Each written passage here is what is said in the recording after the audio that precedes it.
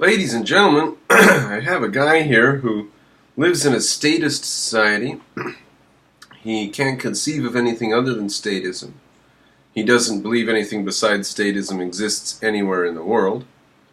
And he believes that statism and ruling others are equivalent.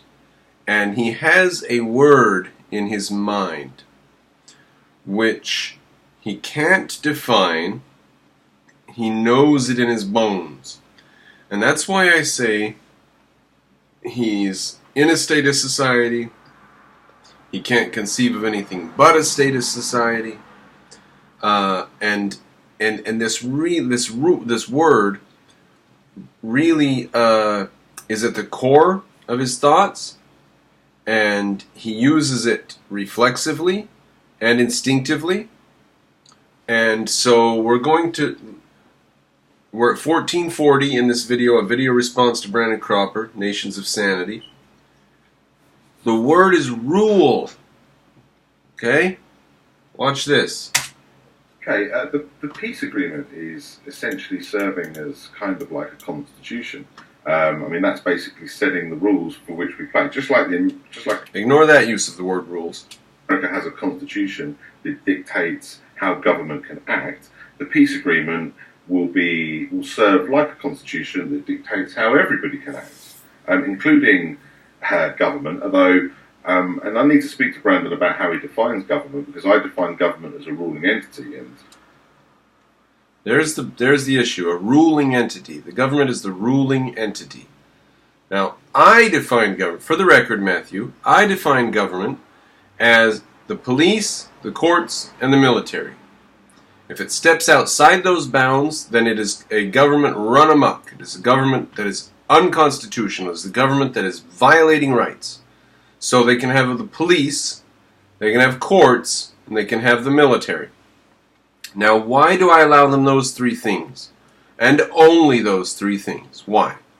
Because those three things involve the use of physical force.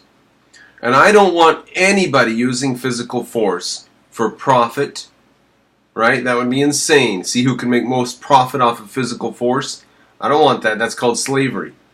So I don't want physical force to get mixed up with the profit motive, right? So I put physical force in at the government.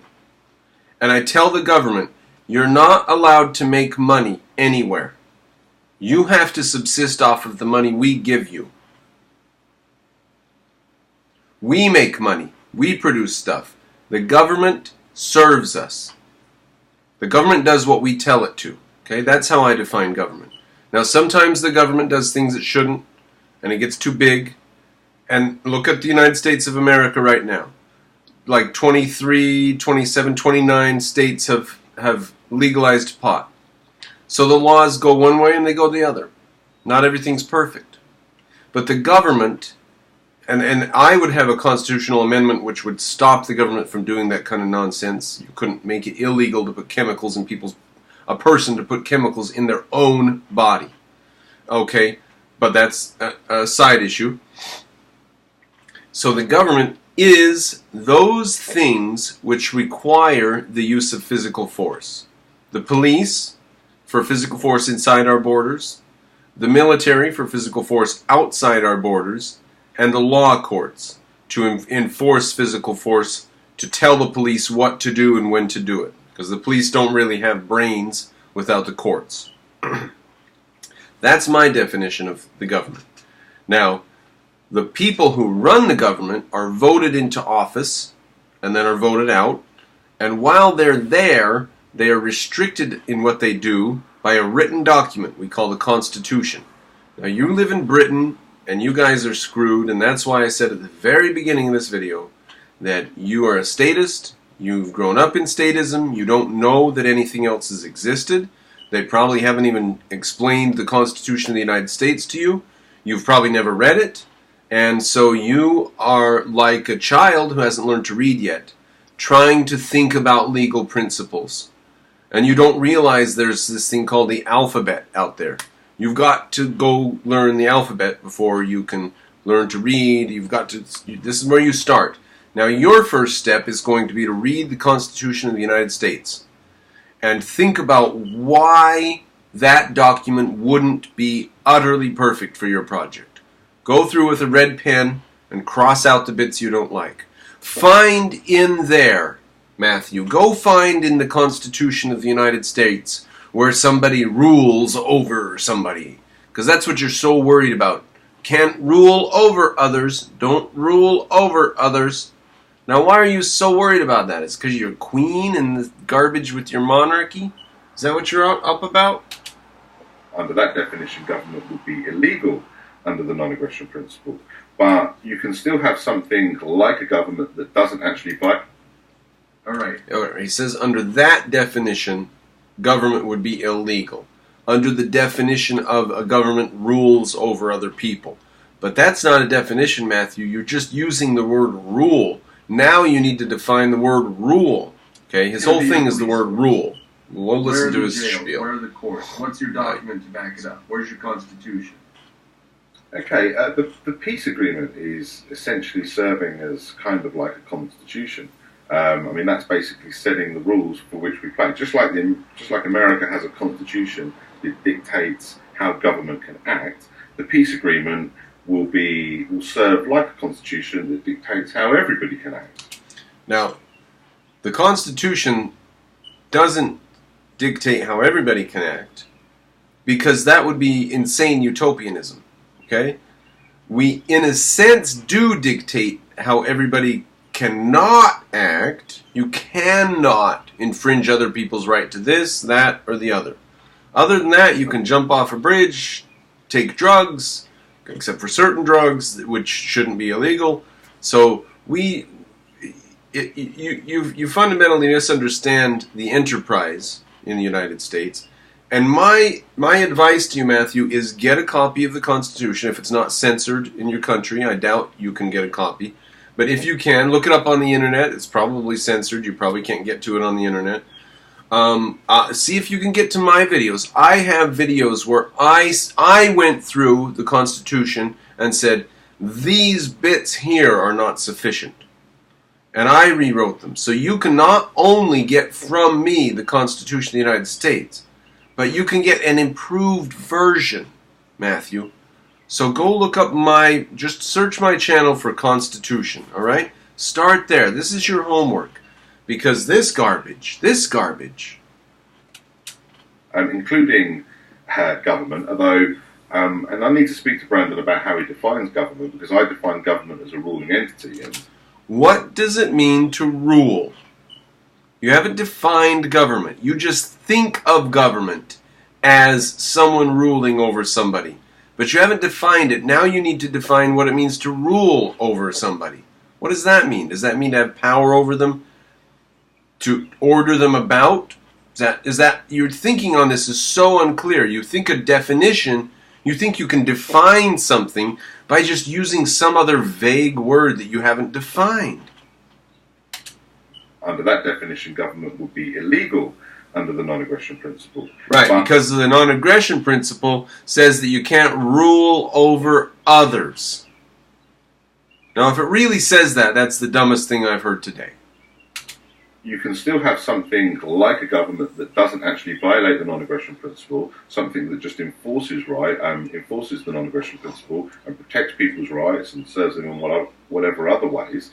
Now, if that's true, then what do you have against government?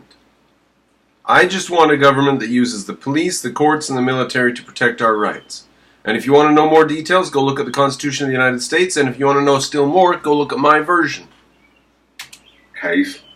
I wouldn't call that a government. If Brandon wants to call it a government, we need to talk about how we define government, because I define them as ruling entities. You don't define government. Ruling is not a definition. But the point is if the non-aggression principle is the law, then government itself as a ruling entity would be illegal. Government as what I would call a body. Now he says that why? Because government as such is aggression. Right? Why is government aggression? Because making a law is aggression? No, he's going to have a law. So you can have a law, you just can't have government. Why? What does government do? It rules over people. What the hell does this word rule mean? Ay, ay, ay. Collective would be able to enforce the non-aggression principle and provide a lot of the other services and infrastructure that we associate with government. They just are not allowed to violate the non-aggression principle, the same law that would... Now, see, I don't want people competing with each other over how much money they can make off of protecting me. I want the people protecting me to be a zero-profit business, not-for-profit.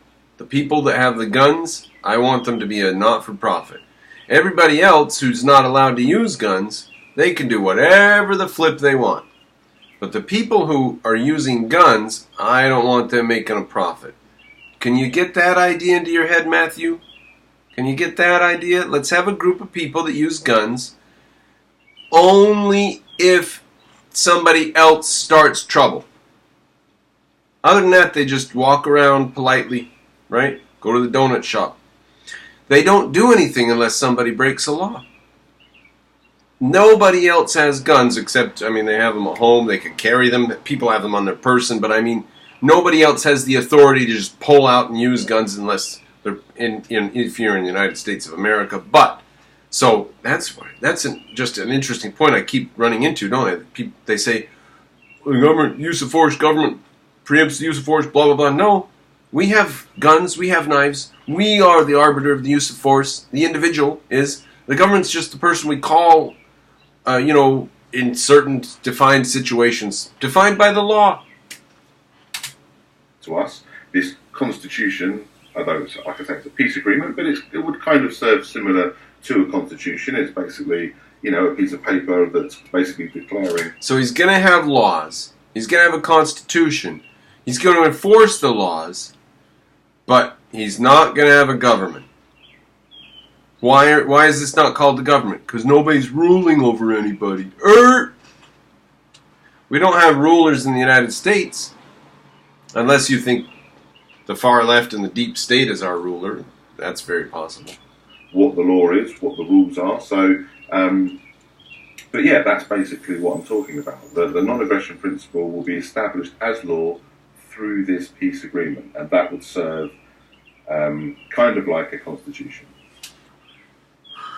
Well, it's going to be junk compared to our Constitution, I'm sure. And we did this peace agreement. It's just a bunch of rich slaveholders sitting around in Philadelphia. So, how many people do you need to do it? We got our legitimacy by electing representatives to go to that meeting. So, the people sort of trusted their representatives because several representatives had to vie for their position, and then one of them was elected and was sent. These were officials who were trusted entities from the community, and they all gathered together centrally, discussed it, and the solution they came up with was then voted on. And when the vote passed, then we accepted it. So that's how I think you're going to have to go about it. But you probably don't know the history of the United States and how we adopted our Constitution. You've probably never read our Constitution. Another area of confusion between me and Brandon was this issue of how many people need to agree to this peace agreement. Now there's kind of two parts to that question, because one is how many need to agree to actually make it the law, to actually realise this, so it's not just my idea, but something that is actually established as law.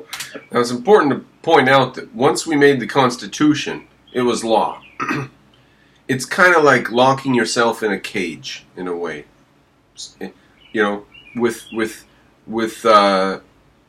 If you've heard my metaphor I've done before, you're born in a cage with a wild animal. Behave yourself, be quiet, and don't bother anybody else, and you can live your whole life peacefully. But if you try to get out of the cage in a way that breaks the rules, or if you thrash around, or if you bother somebody else, you will attract the wild animal's attention, and it will attack you. And it's pretty brutal. It's not really nice. It's not a nice scene when the wild animal comes after you. So just stay quiet, hold still, follow the rules, and don't hurt anybody else. And if you do that, you can do whatever you want. Just don't hurt anybody. Don't thrash around, make noise, or cause trouble. If you thrash around, make noise, or cause trouble, the wild animal will come for you. Now that, in my metaphor, is breaking laws. So, the Constitution of the United States, basically, was, they were out. The Founding Fathers had broke out of their cage. The wild animal came for them, and they beat it back. And now they were outside of their cage. Right? Now you might say, freedom, free. Right? But the problem is that the wild animals in the other cages can attack any time. Those people can unlock their cage and let their wild animal come after us. Several of them, maybe even. So we had to get back into a cage and make sure that anybody who tried to attack us would have to face our wild animal if they wanted to come into our cage. Right? So that's what the Constitutional Convention was building a nice cage and locking ourselves back in our cage. Okay? That's law. That's law. L-A-W. Law. The other thing is how many people need to agree for it to apply to them. Basically... So, to continue my point, once we had locked ourselves back in that cage, we were now under law again. So then we wrote a law that said, okay, everybody's going to have to pay a certain amount for our government now. And the fair share we think is 17% or whatever it was. And some people said, oh, the hell, that's too much or whatever. And we said, well, it's the law. Change it. Talk to your representative. Write a newspaper article. Get it lowered next year. But right now, it's the law. That's one thing about taxes. They can go up, they can go down. And I, as an objectivist, I realize that they are ultimately enforced at the point of a gun, but I also don't really think it's that big of a deal because we are the ones that set them, and they would be set somewhere, even if they were voluntary, there would be some level we would want to pay for our government. So it's not as though I wouldn't be paying anything for the police around me and the courts and the military. If there were voluntary taxation, I would be paying something. Right? Now maybe I'm paying twice what I should, but is that like, do I need to rebel and go crazy? The point is, I have the ability to vote on it. I have a voice. I have representatives. I can write paper articles. So there are lots of paths to change it. So I just cannot get the fire in my belly about taxation. True, it should be voluntary, but there's a facsimile of voluntariness about it in the United States. If you're outside of America, go ahead, throw your government, and just make sure that it's the Constitution of the United States of America that you use when you rebuild, and not some junky peace agreement. We'll all agree to be peaceful. What about the criminals? The whole point of the Constitution isn't an agreement between peaceful people. It's an agreement between the people who are willing to use guns about the people who aren't peaceful. We get together and we say, we'll use guns to enforce our rules. And then we set down our rules. Right?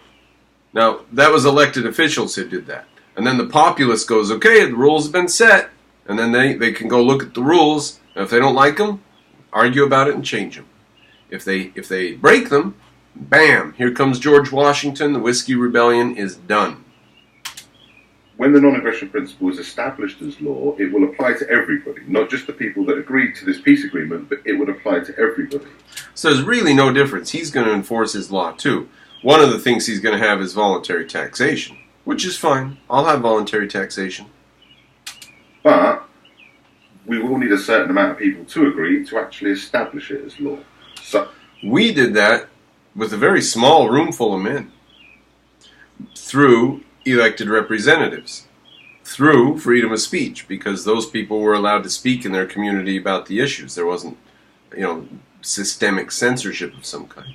So free market of ideas, free elections, and then when those very, very, very small number of men gathered together in one room, in one building, the decision that they made ended up being binding. I mean, then we went through and read the Constitution and everybody voted on it and stuff after that. But that constitution they wrote ended up being adopted and being binding. So how many do you need to agree on it? Well, not everybody in that room even wrote that constitution. It was even a smaller number than the people in the room. So how many do you need? It's pretty small. The number of thinkers might be 5 or 10. That's how many you need, really. I mean, if it comes down to it, the Constitution of the United States comes down to 5 or 10 or at the most 50 or 200 people. Okay? Can be credited with it. That's tiny. Tiny, tiny, tiny, tiny, tiny. Okay? Because ideas are an Archimedean lever that moves the world. If you say, what can 5 or 50 or 200 men do? What can the United States do? It can beat Soviet Russia. It can beat Nazi Germany. What can it do? What can't it do? It can go to the moon. What can't it do? So, your peace agreement's junk, Matthew. Junk, junk, junk. This proves to be an area of confusion between me and Brandon, but I just wanted to clarify that here and now, that's what I'm talking about. When I say about how many people need to agree to this peace agreement, I'm talking about how many people we need to actually establish it as law, to actually overthrow ruling governments or the rule of governments and replace their rule with this peace agreement that establishes the non-aggression principle as law. So replace the rule of law with the rule of the peace agreement? No, we're not going to rule. No ruling. But once we've done that, the law applies to everybody. I mean, in fact, I would say that the non-aggression principle applies to everybody, whether we've managed to establish it as law anyway, because it is a objective principle, it is a universal standard of morality, and once you have a understanding and acceptance of the basic principle of self-ownership, then the non-aggression principle becomes a self-evident objective standard for morality. Now here's the problem. They want society to understand these things, right? I don't give a damn whether you understand or not. I particularly want the government to exist so that me and smart people can get together and come up with policies and laws and then enact them and have the police enforce them, whether or not you dumbbells understand it. Like shining lasers in the cockpit of an airplane. I don't really care about anything. I just want you to go to prison. I don't even care why you did it. Don't even care. Go to prison. I don't care. So I say that the non-aggression principle applies to people anyway, but this peace agreement that we're looking to establish will apply to everybody, regardless of whether they agree, but we will obviously need a certain amount of people to agree to actually make it reality. Anyway, I made a lot of these points in my responses to Brandon, and he obviously addressed them in the following video, so that's basically pretty much all he had to say in the first video. I made a response, and this is what he had to say in the second video. But continuing, he says, just to jump ahead to your comments about this peace agreement, ruling people is a violation of the NAP, as it involves the threat of force. So we can't rule over people. All right. What does ruling over people mean? Or whatever, you just can't do it. It's a no-no. Bad, bad, bad. Don't rule over other people. As I explained earlier when I was talking about whether laws are aggression or not, and what distinguishes a law that is aggressive, like a drug law or a gambling law or a prostitution law or something that interferes with your freedom as a self-owning individual. So he's only mentioning there laws that should not exist. Proper government would not have those laws, Matthew. Proper government would not make the laws that you're just mentioning there. And we're fighting against them. Like Nevada doesn't have laws against prostitution, or else they're less law. They have legalized prostitution in some. They have a facsimile of legalized prostitution in Nevada.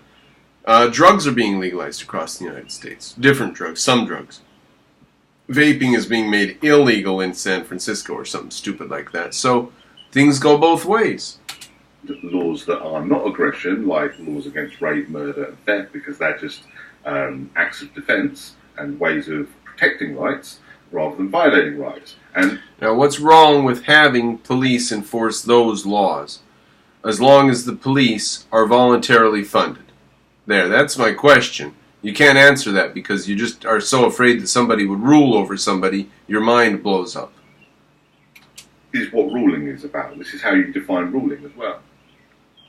So, the NAP cannot be established as a universal law through a ruling authority, like a government. It can only be established as a law through a peace agreement.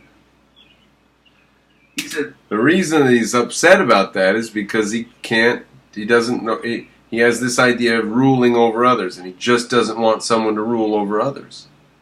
He can't understand elected officials. Do you know that our president sometimes gets booted out of office because they broke the law? Did you know that, Matthew? Did you know that our president doesn't stay in office for more than 8 years? Maximum 4 years sometimes? Did you know that? Did you know our representatives are elected and constantly churn through? Did you know that? Did you know that if somebody inside of our government breaks the law, they're accountable for that? Like police administrators, judges, those people go to jail. Police officers and judges go to jail all the time. Every week a judge gets sentenced to jail. Every week it happens. Did you know that? law is basically the terms of peace.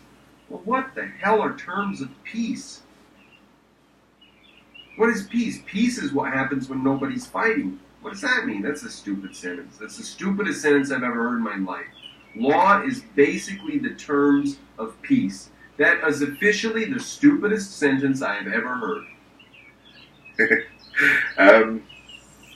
I mean, I do respond to this, and I will show you Brandon's response to my response that he does in his third video. But basically, like I say, I stand by my characterization of law as the terms of peace, because that's basically what it is. I mean, if I say that you can't rape because it's terms of peace that you cannot rape, or if I say that you're not allowed to rape because that's the law, I'm saying the same thing. You're not allowed to rape, and if you do, force will be used against you to stop you, or as a response if we're not able to stop you after the fact. So law is the terms of peace. Normally, it's set by a ruling government. The government set the terms of peace between its citizenry, and unfortunately, the rules don't seem to apply to them. But we can also that applies to what I was just saying about our police and our judges. They do regularly go to prison. Now, it's not the case in Britain. I realize you guys have your police and judges covering up massive, massive crimes. So, you guys need the Constitution of the United States. You really do. You guys are in a desperate, desperate situation. This is basically a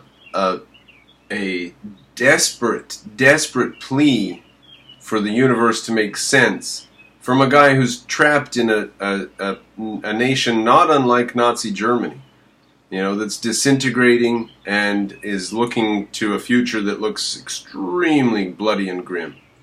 And he's worried about people ruling over each other. He can't think straight, and he can't think straight because he's trapped in a culture, and he hasn't done enough reading. You need to read your Ayn Rand, you need to read the Constitution of the United States, and quit trying to make up your own imaginary bullshit when other people have done this before. Study their work, improve on their work if you want to, but at least fucking study their work, Matthew. Read the Constitution of the United States and try to improve on it, okay?